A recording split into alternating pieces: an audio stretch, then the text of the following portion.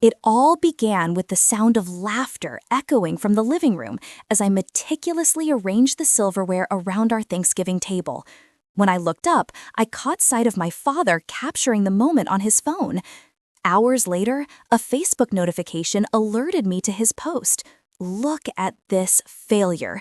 She was always a servant."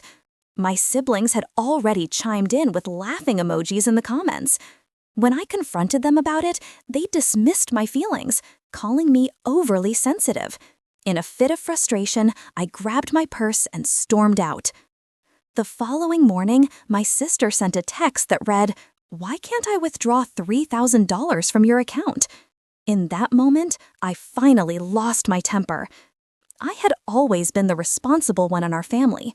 While my 3 siblings were encouraged to chase their dreams and enjoy life to the fullest, I was the one expected to be practical, dependable, and most importantly, available when anyone needed assistance. This was my role as Miranda, the eldest daughter of the Walker family. My father, Brian, was a charming figure to everyone outside our home. His friends believed he was extraordinary, and his colleagues described him as generous and fair. Yet within the confines of our house, he was calculating and manipulative, constantly setting us against one another in subtle competitions for his fleeting approval. My mother had passed away when I was just 16, leaving me to assume her responsibilities far too early. At that time, my siblings, Amanda, Trent, and Paige, were only 13, 11, and 7. While my father may have technically raised us, it was I who prepared lunches, assisted with homework, and ensured everyone had clean clothes for school. Despite all this, I managed to put myself through college, ultimately earning a degree in finance. Now, at 32, I worked as a financial analyst at a respected firm in Boston. I had my own apartment, a respectable savings account, and a life I had painstakingly built all on my own. My family had never contributed a single dime toward my education or career, yet they seemed to feel entitled to the rewards of my hard work. About 3 years ago, during a particularly harsh winter, when Amanda claimed that her heating was on the verge of being shut off, I had added my siblings as authorized users on my emergency savings account. This was intended as a temporary measure, with clear agreements about communication prior to any withdrawals. They had each accessed it once or twice for legitimate emergencies, always after discussing it with me beforehand. The Thanksgiving fiasco had started innocently enough. I had eagerly volunteered to host the gathering at my apartment, believing it might finally be an opportunity to demonstrate to my family that I was more than just their backup plan. I spent weeks meticulously planning the menu, decorating my apartment, and ensuring that everything would be flawless. However, upon their arrival, my father immediately criticized the size of my space. Amanda remarked that my furniture looked cheap, while Trent grumbled about the neighborhood. Paige, at 23, still living at home with our father, simply echoed his sentiments, making subtly cutting remarks. Despite their comments, I pressed on. I served drinks, prepared appetizers, and began setting the table with the elegant dinnerware and silverware I had splurged on specifically for this occasion. It was then that I heard the laughter and glanced up to see my father filming me. After stumbling upon the Facebook post during dinner, I confronted them all. "Why would you post that?" I asked my father, holding up my phone to show him his post clearly displayed. "It was just a joke," he replied, not even bothering to look up from his plate of turkey and stuffing. "You always take everything so seriously." "Yeah, lighten up," Amanda chimed in. "Everyone knows you enjoy playing hostess." "Playing hostess? I cooked for 3 straight days while juggling a full-time job," I retorted. "And there she goes, making herself the victim again," Trent added, rolling his eyes dramatically. A tightness gripped my chest as they exchanged their knowing glances. This was their familiar tactic: unite against Miranda, making her feel irrational for having normal human reactions. "The post has 73 likes already," my father announced, a pleased grin spreading across his face. At that moment, I stood up, grabbed my purse, and walked out of my own apartment. I didn't care about leaving them with the mess. I didn't care about the leftover food. I just needed to escape their suffocating presence. I checked into a hotel for the night, something I had never allowed myself to do, as it always felt wasteful. But that night, I craved anonymity, clean sheets, and a break from my reality. The following morning, still in my hotel room, I received a text from Amanda. "Why can't I withdraw $3,000 from your account?" No preamble, no explanation, not even a good morning or an apology for yesterday. Just sheer entitlement. I immediately called my bank, only to be shocked to discover this wasn't Amanda's first attempt to withdraw money without asking. The bank representative patiently guided me through a series of transactions over the past 2 years, small withdrawals ranging from 100 to 500, strategically scattered among legitimate transactions. "Would you like to see the total amount withdrawn by authorized users in the past 24 months?" the representative inquired. "Yes, please," I replied, my stomach twisting with dread. The total is $22,643. I nearly dropped the phone. That amount was more than half of what I had managed to save since embarking on my career. It was money that was meant to serve as my safety net, my future home down payment, my shield against unforeseen emergencies. I spent the next hour meticulously reviewing each transaction, documenting dates, amounts, and identifying which sibling had made each withdrawal. The pattern quickly became evident. They had been systematically draining my account, likely under the assumption that I wouldn't notice the smaller amounts nestled among my regular transactions. Before confronting them, I needed solid evidence. I printed out statements, highlighted unauthorized withdrawals, and created a detailed spreadsheet that outlined exactly how much each sibling had taken. Amanda led the charge with nearly $10,000, followed closely by Trent with $7,000 and Paige with just over $5,000. As I stared at the glaring numbers, memories began to resurface. There was Amanda's new car from last year, which she claimed was such a great deal. Then there was Trent's inexplicable ability to afford season tickets to the Patriots, despite his job at the local gym. And Paige's extensive shoe collection, all while working part-time at a coffee shop. All of it had been funded by me, without my knowledge or consent. With trembling hands, I closed my laptop. The betrayal stung deeply, but the truth was now irrefutable. My family hadn't just humiliated me at Thanksgiving, they had been stealing from me for years. I decided to call Amanda first, my finger hovering over her contact information for several minutes before I finally found the courage to press call.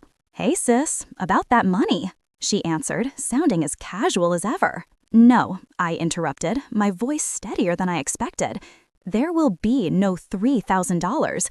In fact, we need to talk about the $10,236 you've already taken without my permission."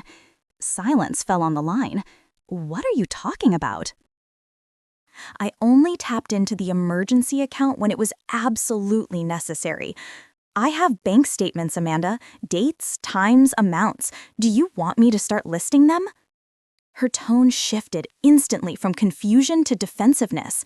That money was for family emergencies.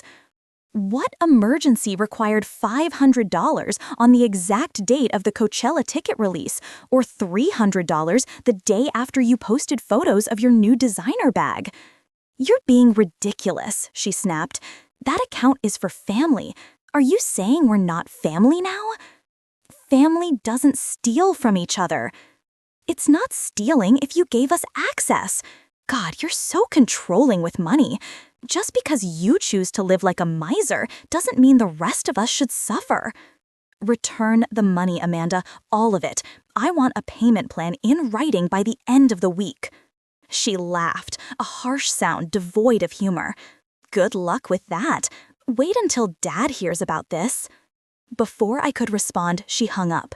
Within moments, my phone buzzed with a flurry of texts from my entire family in a group chat I hadn't even known existed. "Dad, Miranda's on some power trip about the emergency account." Typical Trent. She can't just change the rules whenever she wants. Paige, is she really this selfish after everything we've done for her? Amanda, she's threatening me over money she said we could use. Their messages kept coming, each one twisting the narrative further from reality. According to them, I was the villain, ungrateful, selfish, controlling. I typed and deleted multiple responses, finally settling on, this isn't about changing rules. This is about the $22,000 taken without my knowledge or permission. I expect repayment plans from each of you. The response was immediate and unified. Dad, there she goes with the guilt trips again, one message read. Trent, always the martyr, another chimed in. Amanda, you gave us access. That means you gave us the money, came the next. Paige, I can't believe you're counting dollars and cents against your own family. I set my phone down, feeling physically ill. This was gaslighting at its finest, making me question whether I was overreacting, whether I was the one in the wrong for expecting basic respect for my boundaries and property. The following day, my father called. I almost didn't answer, but some lingering sense of obligation compelled me to pick up. We need to talk about this tantrum you're throwing, he began without preamble. It's not a tantrum to expect people not to steal from me, I replied. Nobody stole anything, he countered, his voice adopting the condescending tone he always used when he thought I was being unreasonable. This has nothing to do with the video, I insisted, though we both knew that wasn't entirely true. The video had been the tipping point, but the financial betrayal was very real. Look, I think you need to take some time to cool off, he continued. But I should warn you, if you keep making these accusations and demands, I won't have any choice but to let people know the real story about you. My blood ran cold. What real story? About your episodes? How you've always been unstable with money? How you make promises and then get paranoid and defensive? Do you really want your work colleagues hearing about that? Or that nice boyfriend of yours, Jake, isn't it? I felt as though I had been slapped. My father was threatening to spread lies about my mental health, targeting both my workplace and my relationship. The mention of Jake, whom I had only been dating for 4 months and had only mentioned twice during family gatherings, felt particularly invasive. That would be defamation, I managed to say, my voice trembling. He laughed. It's not defamation when it's family concern. Besides, we have documentation. Documentation of what? I asked, genuinely confused. The loan agreements, the texts where you offered financial help, the family therapy sessions where you admitted to using money to control people. None of that had ever happened. We had never attended family therapy, and I had never signed loan agreements with my siblings. This was fabrication on a level I hadn't thought even my father capable of. You're making that up, I said, before abruptly hanging up. With shaking hands, I opened my email to find a message from my father accompanied by several attachments. The first was a scanned document that appeared to be a loan agreement between Amanda and me, featuring a signature that vaguely resembled mine but was clearly forged. The second was a doctored screenshot of text messages showing me supposedly offering money with no expectation of repayment. The third was a photo of me sleeping on my couch, clearly taken without my knowledge during a family visit, with my laptop open beside me. The implications were chilling. They had not only been stealing my money, but had also been plotting this defense for some time. They had invaded my home, rummaging through my personal belongings, possibly accessing my computer, and documenting things they could use against me. I felt violated on a level I had never experienced before. This wasn't merely financial abuse. It was a coordinated effort to exploit me and then discredit me if I ever dared to fight back. I called my bank immediately, removing all 3 siblings as authorized users on my account. Then I froze the account entirely, planning to open a new one at a different bank the following day. When I checked social media that evening, I discovered I had been blocked by all 4 family members. Yet somehow, mutual friends were reaching out asking if I was okay and offering their support if I needed to talk. It didn't take long to uncover the reason behind my father's vague but concerning post about being worried for Miranda's state of mind, urging people to keep an eye on her. I logged out of all social media, feeling both furious and profoundly alone. My family hadn't just stolen my money, they were now actively trying to destroy my reputation and isolate me from my support system. As I sat in my apartment that night, surrounded by the remnants of the Thanksgiving dinner they had ruined, I realized this wasn't something that could be resolved with a simple conversation or even formal repayment plans. This was war, one they had been waging against me for years without my knowledge, and one I was only just beginning to understand how to fight. The next morning, I went straight to my bank as soon as they opened at 9 o'clock. I explained the situation to a personal banker named Grace, who listened with growing concern as I detailed the unauthorized withdrawals and the subsequent threats from my family. "Unfortunately, this isn't as uncommon as you might think," Grace said. "Family financial abuse is something we see regularly." She assisted me in closing my compromised account entirely and opening 2 new ones at the same bank, a checking account for daily expenses and a savings account with no authorized users, complete with additional security measures. I also opened a safety deposit box to store important documents that I wanted to keep away from my family. "You should also consider changing all your passwords," Grace advised. "Email, social media, other financial accounts, anything your family might know or be able to guess." I spent the next 2 hours changing every password I could think of, setting up 2-factor authentication on all accounts, and creating new security questions with answers my family wouldn't know.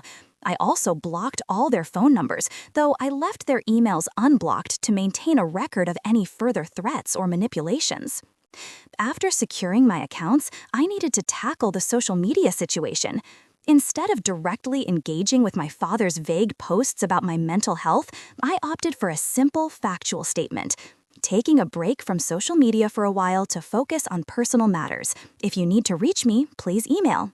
Then I deactivated my accounts. That afternoon, I received a call from an unknown number. Against my better judgment, I answered. "Miranda, it's Trent. Of all my siblings, Trent and I had once been the closest. Before our mother died, we used to build elaborate Lego structures together, crafting stories about the people who lived in them. That connection had faded as he aligned himself more with our father. Yet a small part of me still hoped he might be different." "I'm not interested in more gaslighting," I said flatly. "No, listen." "I get why you're upset," he said, his voice lower than usual. "Things got out of hand." $22,000 isn't just out of hand, Trent. It's theft." I know. Look, can we meet? Just you and me. I want to talk about making this right." Against every instinct screaming that this was a trap, I agreed to meet Trent at a coffee shop downtown, a public place where he couldn't create a scene without consequences. When I arrived, Trent was already seated in a corner booth, 2 coffees on the table. He looked tired, the usual cocky expression replaced by something that almost resembled remorse. "I ordered your usual," he said, pushing a vanilla latte toward me. I sat down but didn't touch the coffee. "Talk first." "I'm sorry about Thanksgiving. The video, all of it. Dad went too far. And yes, I took money without asking. We all did. It was wrong." "So, you'll pay it back?" He sighed, rubbing his face. "That's what I wanted to talk about. I don't have $7,000, Miranda, not all at once." "I'm not asking for it all at once. I want a payment plan." He seemed to relax slightly. "I could do maybe $200 a month." I did the mental math. At $200 a month, it would take him nearly 3 years to repay what he owed me, but it was a start. $300, I countered, and I want it in writing. "Fine," he agreed, surprisingly with his lack of resistance. We spent the next hour negotiating terms, monthly payments of $300, beginning the following week and continuing until his debt was fully paid. He even suggested adding an interest rate of 2%, which I hadn't expected. I'll talk to Amanda and Paige too, he promised as we were finishing up. Get them on board with similar arrangements. For the first time in days, I felt a glimmer of hope. Maybe this could be resolved without completely destroying what remained of our family. Thank you, I said, finally taking a sip of the now cold latte. This means a lot to me. We're still family, he said with a small smile. No matter what, I wanted to believe him. I really did. That evening, Trent sent over a signed repayment agreement complete with the terms we had discussed. It wasn't legally binding, but it was a gesture of good faith that I hadn't expected. He also included a text saying he'd spoken to Amanda and Paige and they were considering similar arrangements. Progress, I thought. Slow, but real progress. The next day, while grocery shopping, my credit card was declined. Embarrassed, I tried my debit card, which thankfully worked. As soon as I got to my car, I called my credit card company. Miss Walker, there appears to be a security hold on your account due to unusual activity, the representative explained. We've detected 6 credit applications submitted under your name in the past 48 hours. My stomach dropped. I haven't applied for any new credit. That's why we placed the security hold. The applications were for store credit cards, personal loans, and 2 new major credit cards. They all used your social security number and personal information, but were submitted from IP addresses in New Hampshire. New Hampshire, where my father lived. This is identity theft, I said, the words feeling surreal as they left my mouth. I need to lock down my credit immediately. The representative guided me through the process of placing a credit freeze with all 3 major credit bureaus and filing an initial fraud alert. They also provided me with case numbers and advised me to file a police report as soon as possible. When I got home, I pulled my full credit reports from all 3 bureaus. What I discovered was far worse than I had anticipated. This wasn't a recent development. There were accounts opened in my name dating back at least 18 months. Store credit cards, personal loans, even a car loan for a vehicle I had never seen. All told, there was over $50,000 of debt in my name that I hadn't created. Some of the accounts were in good standing, with minimum payments being made, just enough to keep them from going to collections. Others were already 30 or 60 days delinquent. The methodical approach suggested this wasn't a spontaneous reaction to our recent conflict. This was a long-term plan.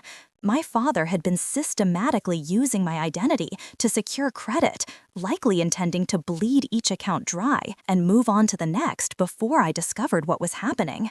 I spent the rest of the day on the phone, filing a formal identity theft report with the FTC, speaking with fraud departments at various creditors, and finally making a police report. The officer who took my statement was professional but not particularly hopeful. Family identity theft cases are complicated, he explained. They often come down to he said, she said situations, especially if the family member had access to your personal information with your knowledge. I never gave them permission to open credit in my name, I insisted. I understand, ma'am.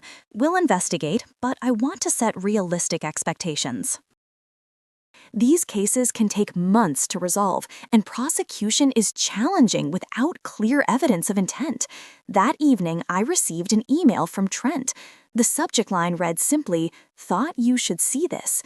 The email contained a forwarded message from my father to my siblings. Miranda is making serious accusations that could have legal consequences for all of us. Remember our discussion about financial support and stick to that story. All loan documentation is in place. Whatever you do, do not admit to anything in writing or over text. Family meeting at my house tomorrow night to get our stories straight. Do not tell Miranda. Any hope I had harbored that Trent might be an ally crumbled. The coffee shop meeting, the seemingly sincere apology, the repayment agreement, all of it had been a strategy to buy time while they coordinated their defense against me. I was truly on my own. By the end of the week, the full impact of the identity theft began to materialize. My credit score had plummeted from 780 to 460.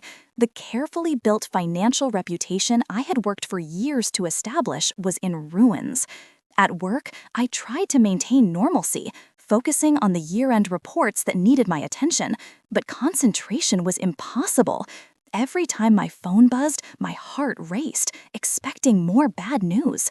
On Friday afternoon, my supervisor, Patricia, called me into her office. She was a straightforward woman in her 50s who had always given me fair evaluations and challenging projects. "Miranda, is everything all right?"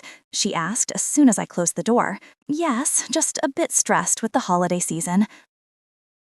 "The reason I ask is that we're finalizing the team for the Westfield account," she said, referring to a major client I had been positioned to lead. "It requires security clearance and a comprehensive background check, including financial history." My stomach dropped. "I see. Given your usual excellent work, I assumed you'd be perfect for it, but HR flagged some concerns with your current financial situation."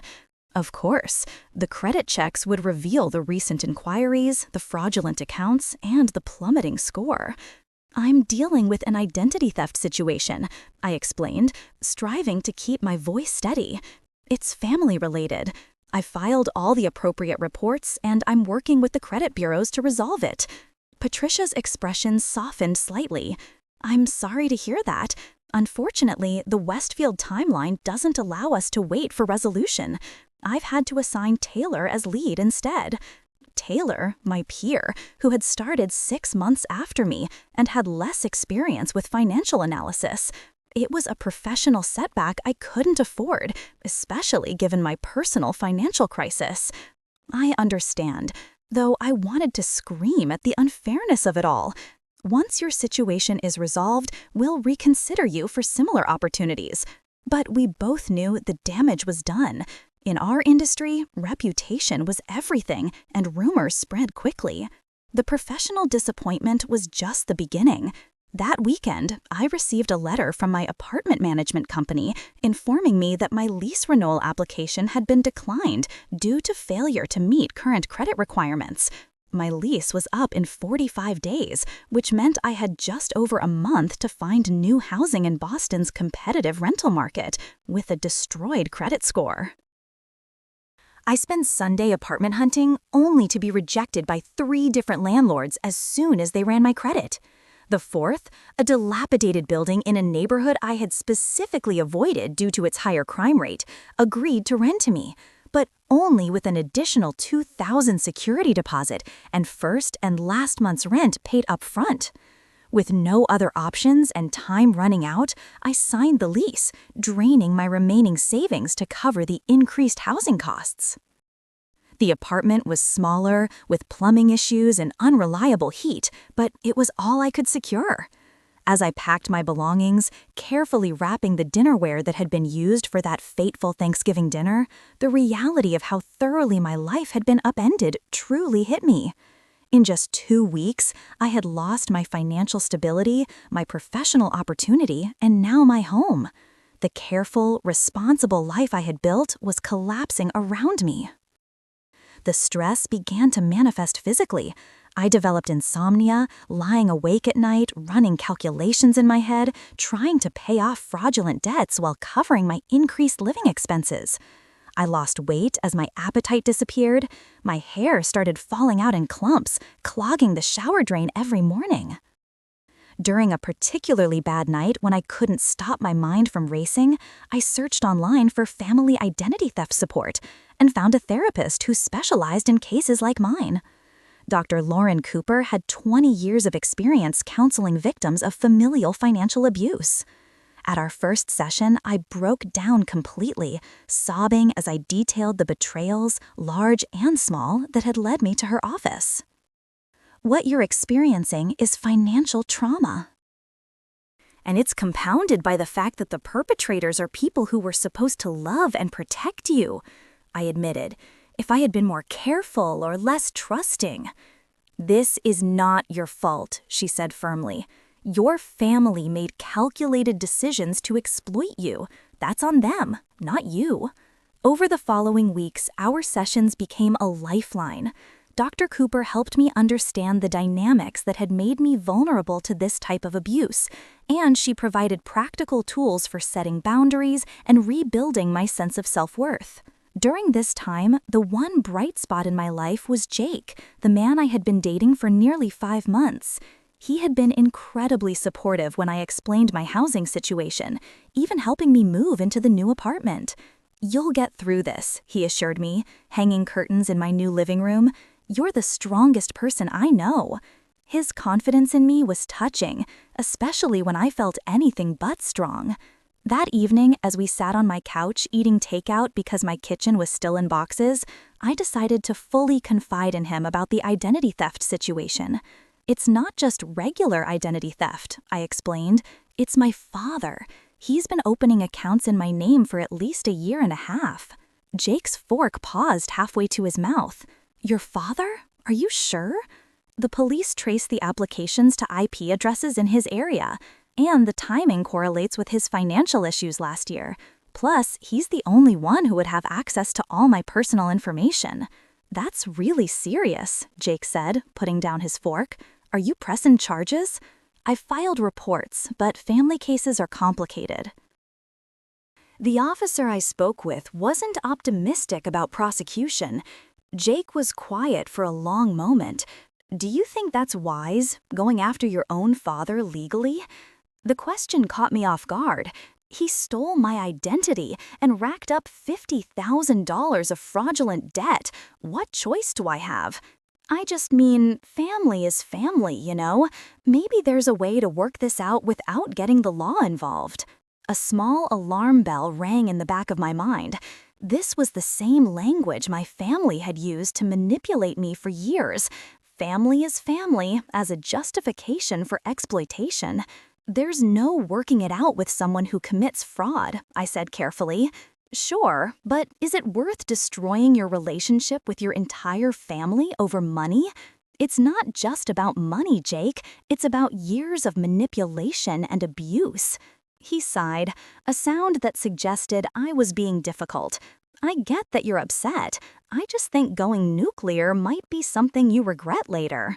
Over the next few days, Jake's questions became more specific, more probing. He wanted to know if I had spoken with an attorney yet, whether I had signed any affidavit, what evidence I had submitted to the police. Each question seemed innocent enough on its own, but collectively, they formed a pattern that made me increasingly uneasy.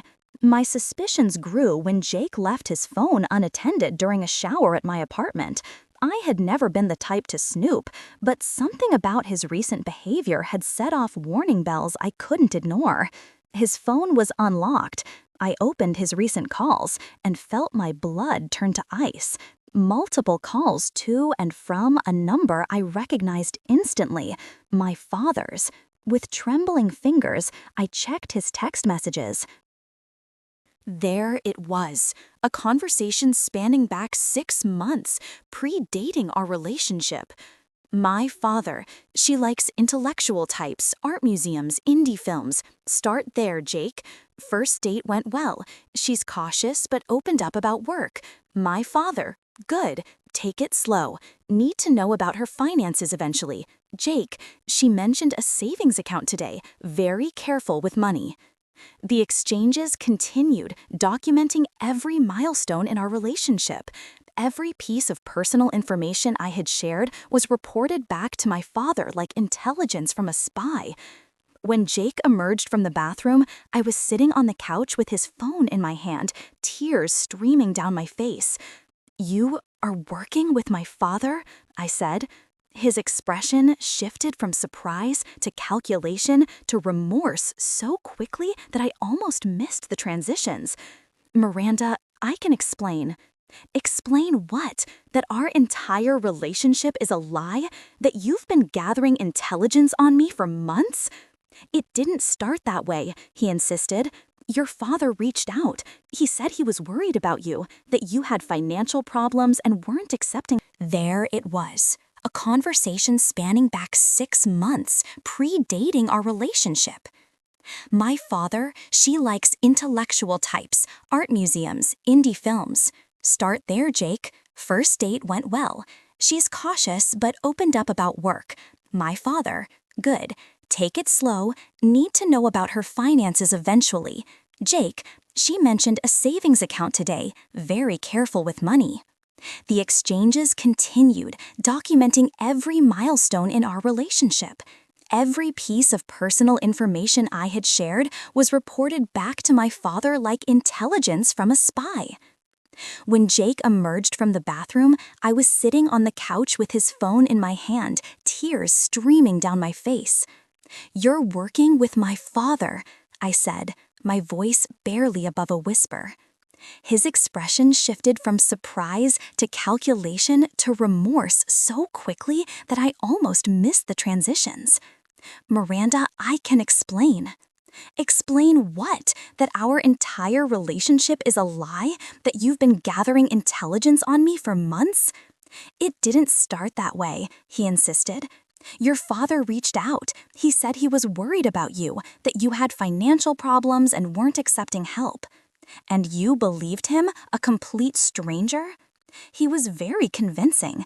And he offered to pay off my student loans if I could help keep an eye on you." The betrayal was so complete, so calculated, that I couldn't even feel anger yet, just a hollow emptiness spreading through my chest. "Get out," I said. "Miranda, please, what I feel for you now is real." "Get out," I screamed, throwing his phone at the wall where it left a dent in the plaster. After Jake left, I sat in my empty apartment, surrounded by half-unpacked boxes, feeling more alone than I ever had in my life. Everyone I had trusted had betrayed me. Everyone I had loved had used me. In that moment of complete isolation, I reached a breaking point. The careful, responsible, always available Miranda, who had spent her life trying to earn her family's approval, no longer existed. In her place was someone new, someone with nothing left to lose. The week after discovering Jake's betrayal, I fell apart completely.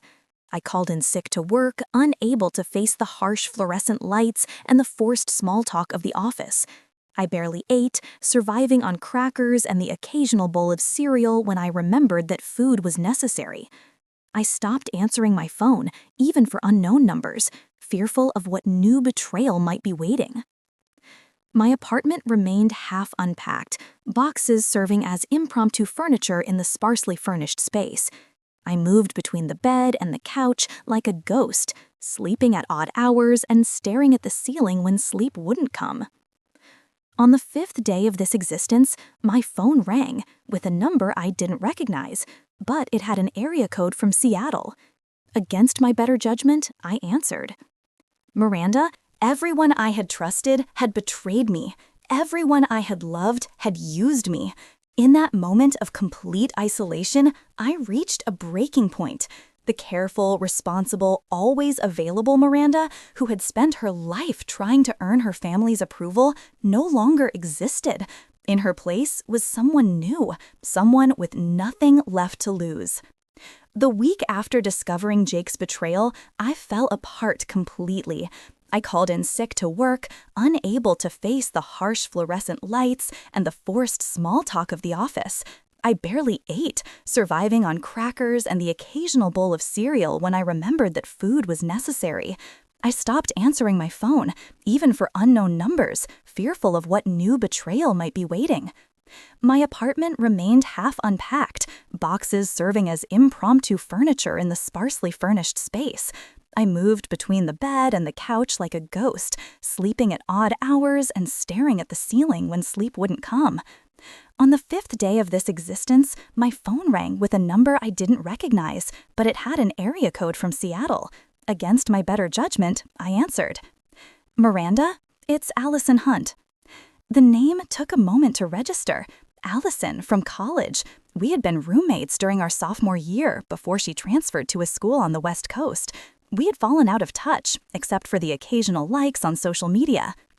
"Allison," I said, my voice hoarse from disuse. "Hi, thank God you answered. I've been trying to reach you for days. Your social media is deactivated, and I got worried when mutual friends mentioned weird posts from your dad." The simple act of someone from my past being concerned enough to track down my number brought fresh tears to my eyes. "It's been a rough time," I managed to say. "Talk to me," she said, her voice warm with genuine concern. "What's happening?" So I told her everything. The Thanksgiving video, the bank account theft, the identity fraud, Jake's betrayal. Once I started, the words poured out in a torrent I couldn't control. Allison listened without interrupting, making small sounds of shock and sympathy at appropriate moments. "Miranda," she said when I had finally exhausted myself, "this is textbook financial abuse, and it's criminal." I sighed, recalling the police's response. They said family cases are hard to prosecute. Regular police aren't always equipped to handle complex financial crimes. She paused, then said, "I have a friend who works with financial abuse victims through a nonprofit legal aid organization. She might be able to help. Can I connect you?" It was the first real offer of help I'd received since this nightmare began. Yes, please. The next day, I spoke with Sarah Goldberg, a financial abuse advocate with a background in both social work and law. She listened to my story with professional interest, occasionally asking clarifying questions about timelines and documentation. "You've actually done many things right already," she said when I had finished, "freezing your credit, filing reports, documenting the fraud. But there are additional steps we should take." Over the next week, with Sarah's guidance, I began assembling a comprehensive paper trail. I collected bank statements, credit reports, police reports, and the fraudulent loan documents my father had created. Sarah connected me with a credit repair specialist who began the painstaking process of disputing each fraudulent account. I also started working with a financial counselor who helped me create an emergency budget to weather the storm until my credit could be restored. It meant cutting every non-essential expense, taking on freelance financial analysis work during evenings and weekends, and meticulously tracking every dollar. The work was exhausting, yet it felt purposeful. For the first time since Thanksgiving, I sensed a sense of forward movement rather than merely free-falling through life. Sarah also recommended a support group for victims of family financial abuse. Initially, I resisted the idea, feeling uncomfortable about sharing my story with strangers. However, after a particularly challenging day when a collection agency called my workplace, I reluctantly agreed to attend. The group met in a community center downtown, arranged in a circle of 10 chairs occupied by people who appeared remarkably normal. I'm not sure what I had expected, perhaps visibly broken individuals, but these were ordinary-looking people of various ages and backgrounds. As they began sharing their stories, I was struck by the similarities in our experiences. Lisa's mother had maxed out credit cards in her name while she was still in college. James's brother had stolen his identity to finance a gambling addiction. Renee's parents had manipulated her into signing over her inheritance from her grandparents. When it was my turn, the words flowed more easily than I had anticipated. These people understood in a way that even well-meaning friends could not. They nodded in recognition at the gaslighting tactics, the manipulation, and the crushing self-doubt that accompanied such betrayal. The hardest part, I admitted, is that I still catch myself wondering if I'm overreacting, if maybe they're right and I'm being selfish about money. Heads nodded around the circle. "That's how they keep control," said Roberto, an older man whose son had drained his retirement accounts. "They make you question your own reality, your own right to protect yourself." "You are not overreacting," Lisa assured me. "What they did was criminal. End of story." For the first time, I felt genuinely understood. These strangers granted me permission to be angry, to protect myself, and to resist all the things my family had conditioned me to view as selfish or unreasonable. With this newfound support system in place, I began to rebuild my life. I returned to work full-time, explaining to Patricia that I was dealing with identity theft and collaborating with professionals to resolve the issue. She seemed impressed by my organized approach and promised to keep me in mind for future leadership opportunities. I also implemented extreme privacy measures across all areas of my life. I changed my phone number and ensured it remained unlisted. I rented a P.O. box for all my mail. I used a VPN for all my internet activities and set up alerts for any changes on my credit report.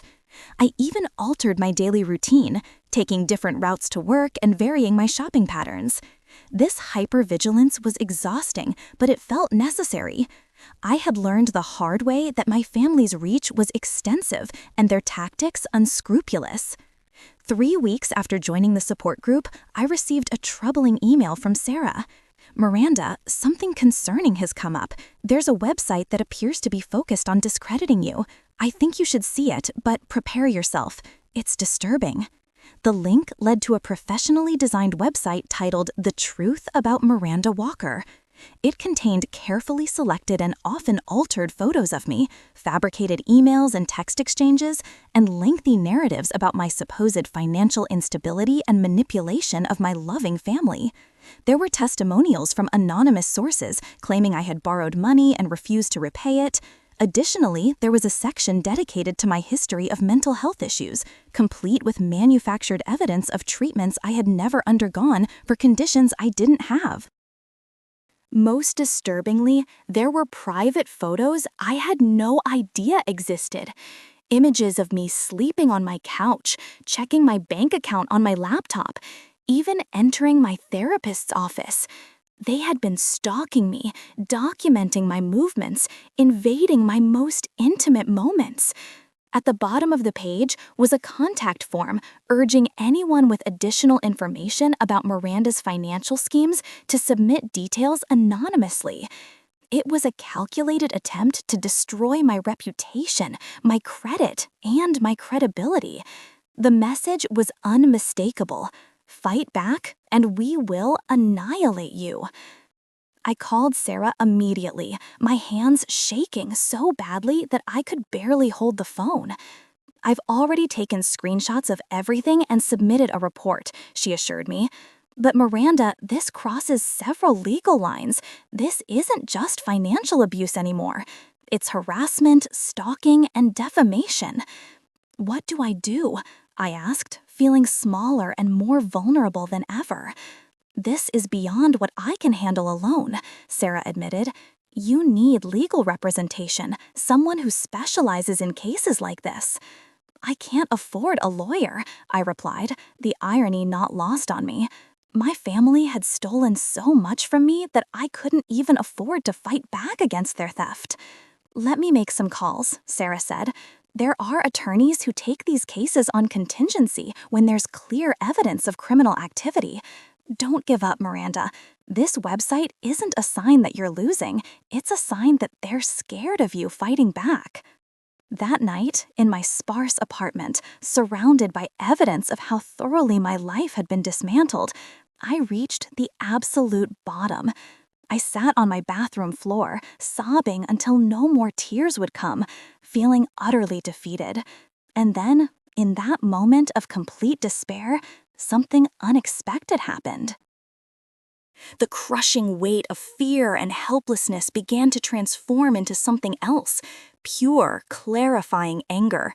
Not the destructive kind that scorches everything in its path, but the focused kind that forges steel. They had taken my money, my home, my relationship, and now they were attempting to seize my future. But there was one thing they couldn't take unless I surrendered it: my will to fight back. I rose from the floor, washed my face, and gazed at myself in the mirror. The woman staring back was exhausted and battered, yes, but also more determined than I had ever seen her. "Enough," I said to my reflection. "No more." I had reached rock bottom. The only way left was up. The morning after discovering the website, I received a call from Sarah. "Miranda, I think I found someone who can help you. Her name is Diane Lancaster, and she specializes in complex financial crimes and family identity theft cases." 2 hours later, I found myself in an imposing downtown office with a view of Boston Harbor, explaining my situation to Diane Lancaster, a sharp-eyed woman in her early 60s, possessing the focused intensity of someone who thrived on intellectual challenges. Unlike the police officer who had taken my report, Diane seemed energized by the details of my case, occasionally nodding or jotting down quick notes as I spoke. "The website is actually good news," she said when I had finished. "Good news?" I repeated, bewildered. "It's evidence of ongoing harassment, defamation, and stalking, all prosecutable offenses. More importantly, it shows they're scared. People don't escalate to this level unless they feel genuinely threatened." "But I haven't done anything except try to protect myself." "Exactly," Diane said, leaning forward. "You're not playing by their rules anymore." "And that terrifies them," Diane continued. "Family abusers rely on victims remaining silent and compliant." "So what can we actually do?" "A lot," she replied, offering the first smile I had seen from her. "First, I'm taking your case on contingency. If we win, and I believe we will, my fees will come from the settlement. If we lose, you owe me nothing." The relief of not having to somehow scrape together money for legal representation was overwhelming. "Second," she continued, "we're filing for restraining orders against all family members immediately. The website and those stalking photos give us ample grounds." "Will that actually stop them?" "It gives us legal leverage if they continue, but more importantly, it creates an official record of their behavior." Diane outlined a comprehensive strategy that included civil suits for identity theft, defamation, and harassment, as well as collaborating with law enforcement to pursue criminal charges where applicable. "This won't be quick or easy," she cautioned. "These cases typically take months, sometimes years. Are you prepared for that?" I thought about all I had already endured, all that had been taken from me. Yes, I want my life back, and I want them to face consequences. "Good," Diane said with an approving nod. "Now, I need you to tell me absolutely everything from the beginning, every detail, no matter how small or seemingly unimportant." Over the next several hours, I walked Diane through the entire history of my relationship with my family, from my mother's death when I was 16 to the recent discovery of Jake's betrayal. Diane asked probing questions, often circling back to clarify timelines or connections I hadn't noticed. "Your father's pattern of behavior suggests this isn't his first time doing this." The sophistication of the fraud, the coordinated family response, the escalation tactics, these are not the actions of a first-time offender. The comment triggered a memory I had nearly forgotten. My Aunt Carol, my mother's sister. She had stopped speaking to my father years ago. I had been told it was because she was jealous of their marriage, but now I wondered. Diane's eyes sharpened. "Do you have contact information for Carol?" "Not current. We lost touch after my mother died." "Finding her should be our priority. If your father has a history of this behavior, it strengthens our case considerably." With Diane's resources, locating Aunt Carol took less than 48 hours. She was living in Arizona, having moved there shortly after severing ties with my father 14 years earlier. When I called her, there was a long silence after I introduced myself. "Miranda," she finally said, her voice thick with emotion, "I've thought about you so many times over the years. I tried to stay in touch after your mother died, but your father—" "I know," I replied, though I was only beginning to grasp the extent of my father's manipulations. "Aunt Carol, I need to ask you something important. Why did you really stop speaking to my father?" The story she told confirmed Diane's suspicions and broke my heart all over again. My father had systematically drained my mother's inheritance after her death, money that had been meant for all 4 of us children. When Aunt Carol confronted him, he turned the family against her, painting her as greedy and unstable. "He took everything," she said, anger still evident in her voice after all these years. "And when I tried to fight him legally, he made sure no one would believe me." "Would you be willing to provide a statement about what happened?" I asked. "I'm building a legal case against him for similar financial crimes." "Would I ever?" she replied without hesitation. "I've been waiting 14 years for someone to finally see him for what he is." Aunt Carol's testimony provided crucial context for my father's pattern of financial abuse. But she wasn't the only one. As Diane's investigation progressed, we discovered that my father had victimized several others, including my maternal grandmother, during the last years of her life. Bank records revealed he had systematically emptied her accounts while serving as her caregiver, employing tactics disturbingly similar to those he had used against me. "Your father isn't just an opportunistic fraudster," Diane explained as we reviewed the mounting evidence. "He's what we call a financial predator, someone who deliberately targets and exploits vulnerable individuals, often family members." The scope of his crimes was staggering.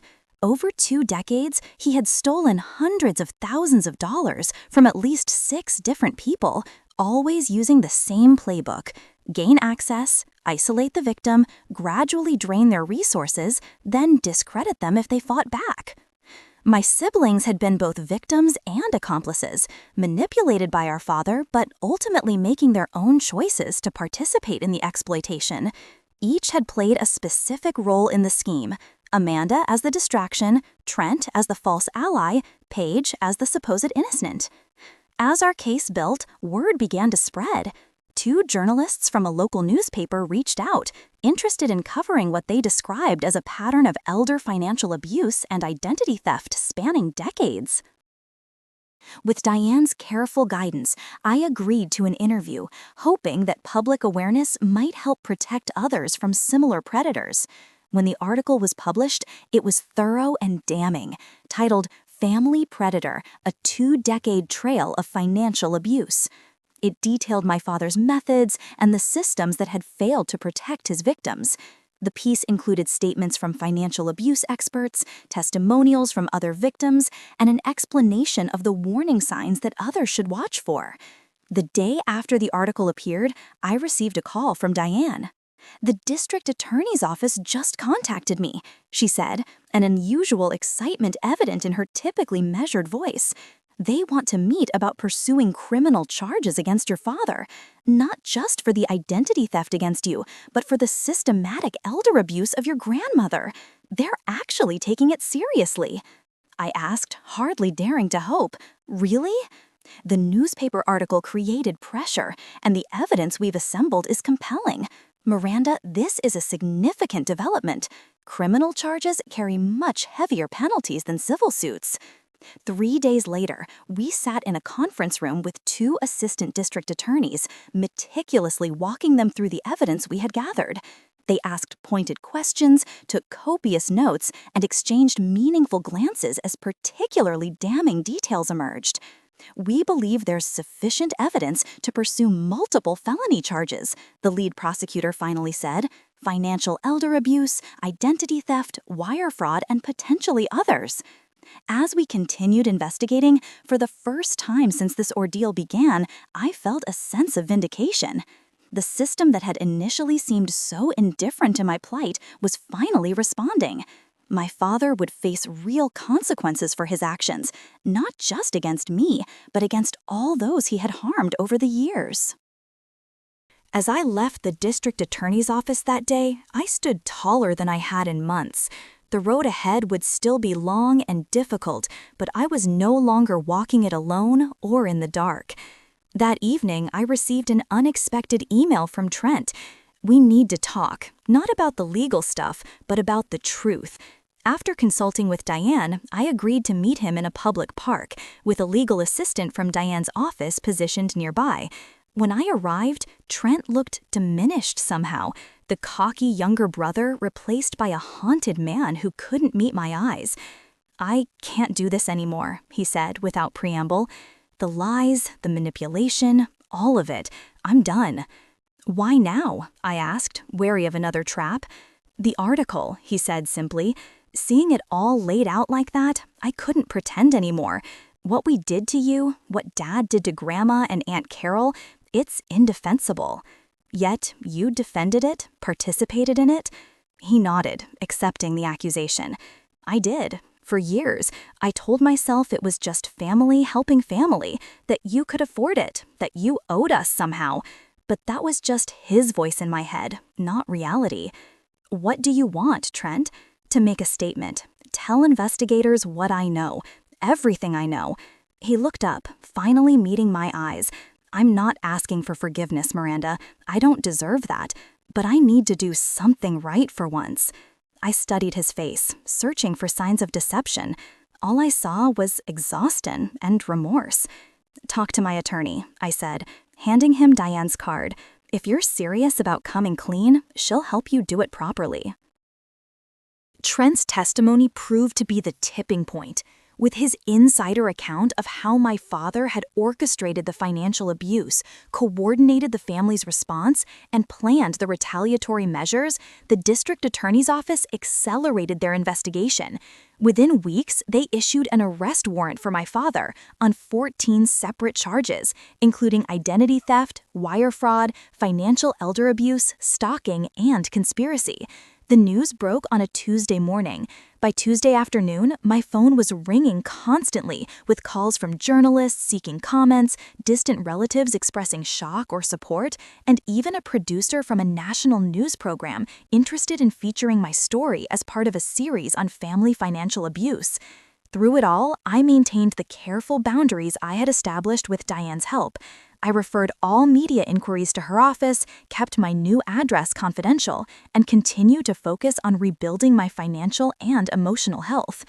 As Diane had predicted, the road would be long, but for the first time since that Thanksgiving day when my father had posted that humiliating video, I could see a clear path forward, not just to recovery, but to a kind of justice I had once thought impossible.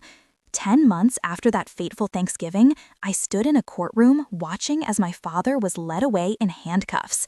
The judge had denied bail, citing the extraordinary measures my father had taken to intimidate witnesses and obstruct justice.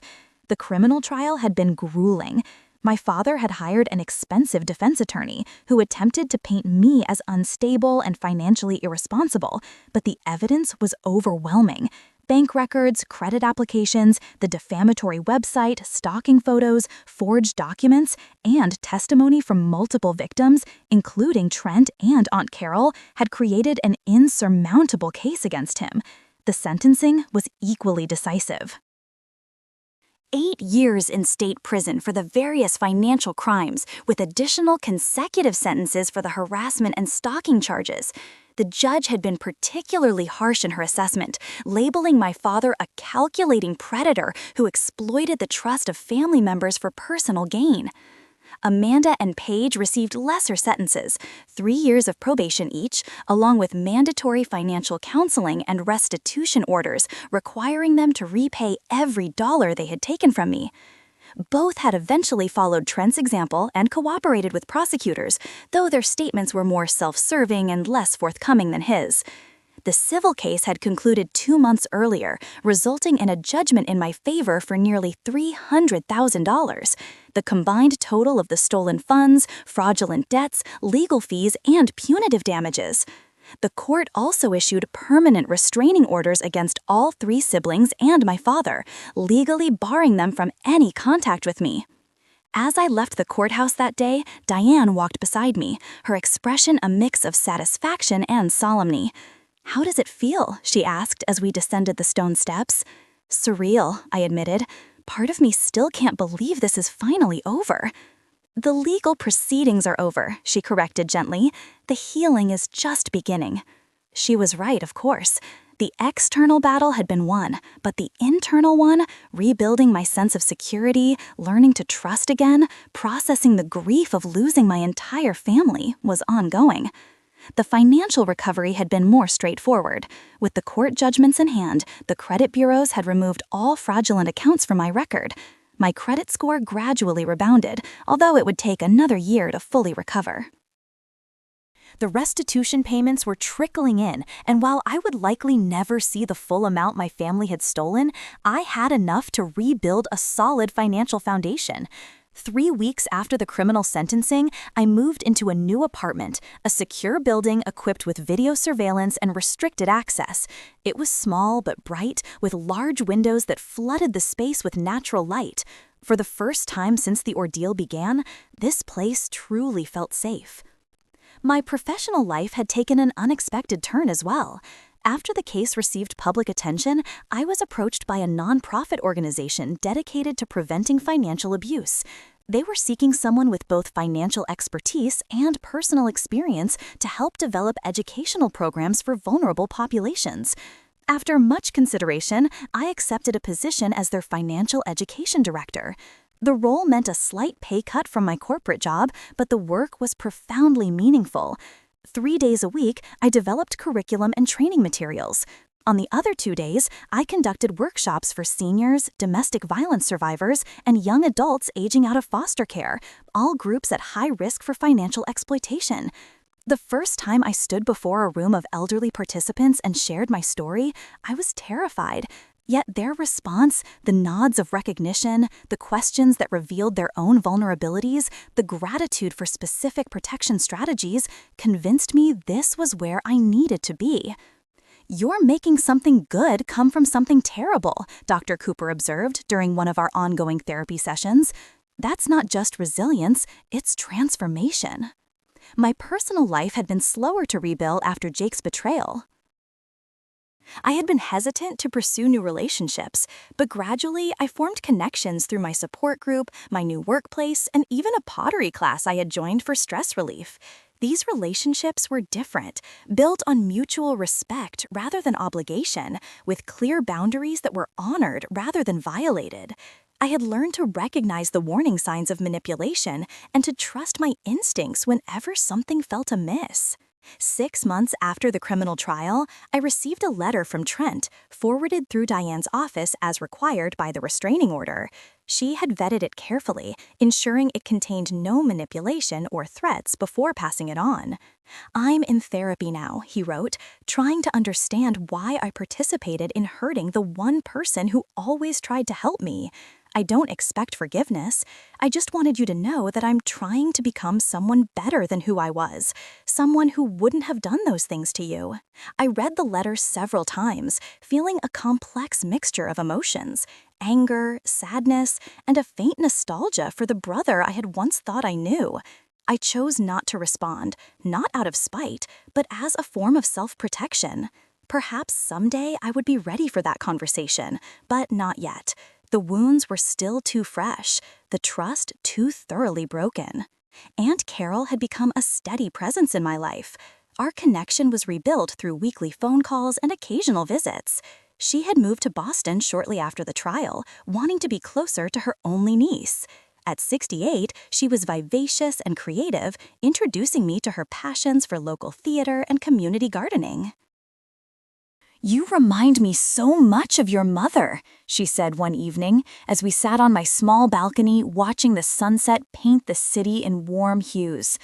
"Not just in looks, but in spirit. She would be so proud of how you've handled all this." Those words brought tears to my eyes. Not the wounded tears I had shed so often over the past year, but healing ones. To feel connected to my mother's memory in such a positive way was a gift I hadn't expected. On the anniversary of that Thanksgiving Day, I decided to host a different kind of gathering. My apartment was filled with the people who had helped me reclaim my life: Diane, Sarah from the legal aid organization, Dr. Cooper, friends from my support group, colleagues from the nonprofit, Aunt Carol, and a few new friends who had entered my life during the rebuilding process. As I looked around at these individuals sharing food and conversation in my home, I realized I had created something my biological family had never provided: a community founded on genuine care and respect. Later that evening, after my guests had departed, I sat alone on my couch, reflecting on the journey of the past year. I had lost so much: family relationships, financial security, my home, my sense of safety and trust. Yet, I had also gained things I might never have discovered otherwise: a purpose that aligned with my values, relationships built on authentic connection, and most importantly, an unshakable knowledge of my own strength. The financial analyst I had once been would have calculated this as a net loss. The woman I had become recognized it as a painful but necessary transformation. My phone buzzed with a text from Diane. Your story inspired the state legislature to introduce a new bill specifically addressing family financial abuse. They're calling it the Walker Protection Act. Your suffering is changing laws, Miranda. That's extraordinary. I smiled at the message, feeling a surge of quiet pride. The painful journey hadn't just been about reclaiming my own life. It was creating ripples that might protect countless others from similar exploitation. The next morning, I stood at my kitchen window, watching the city awaken as I sipped my coffee. There would still be difficult days ahead. Court appeals to navigate, moments of grief for the family I had lost, and the ongoing work of rebuilding trust in myself and others. But I was no longer the woman who had arranged silverware while being secretly filmed and mocked.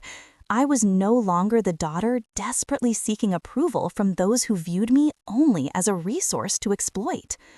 I was no longer a victim. I was Miranda Walker, the survivor, the advocate, and the architect of my own life. And that life, rebuilt from the ashes of betrayal, was becoming something beautiful in its own right. Have you ever had to rebuild your life after a betrayal? How did you find the strength to start over? I'd love to hear your stories in the comments below.